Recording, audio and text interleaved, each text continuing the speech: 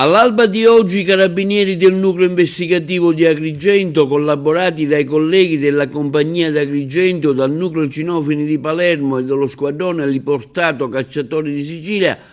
a Porto Empedocle hanno dato esecuzione a un'ordinanza di misura cautelare in carcere emessa dal GIP del Tribunale di Palermo su richiesta della Procura della Repubblica, DDA, nei confronti di Giuseppe Grassonelli, di anni 43, pregiudicato, gravemente indiziato del delitto di tentata estorsione con l'aggravante di aver agito utilizzando il metodo mafioso. Il suddetto provvedimento trae origine dalle attività di indagine svolte dal nucleo investigativo del reparto operativo Carabinieri di Agrigento, dirette dalla DDA Antimafia di Palermo,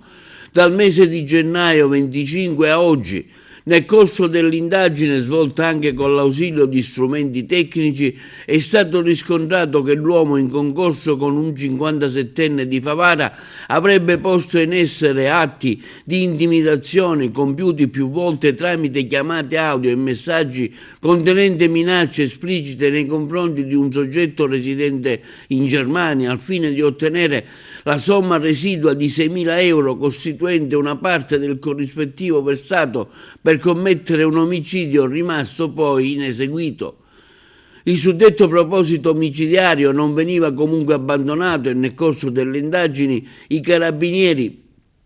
del nucleo investigativo lo scorso 24 maggio traevano in arresto un pregiudicato di 38 anni, sempre di Porto Empedocle, trovato in possesso nel corso di una perquisizione domiciliare di una pistola Beretta 96 semiautomatica Combat calibro 40 con matricola Brasa, un caricatore contenente 11 cartucce dello stesso calibro e una mastica in plastica raffigurante il volto di Salvatore Dalì, impedendo in tal modo la consumazione del delitto. Nel corso delle altre perquisizioni eseguite nei confronti dell'arrestato, i militari operanti hanno rinvenuto e sottoposto a sequestro 2 pistole rispettivamente calibro 22 e 38 Special con matricola Brasa, quest'ultima, nonché munizionamento vario. Al termine delle formalità di rito l'uomo è stato tradotto presso la casa circondariale di Agrigento.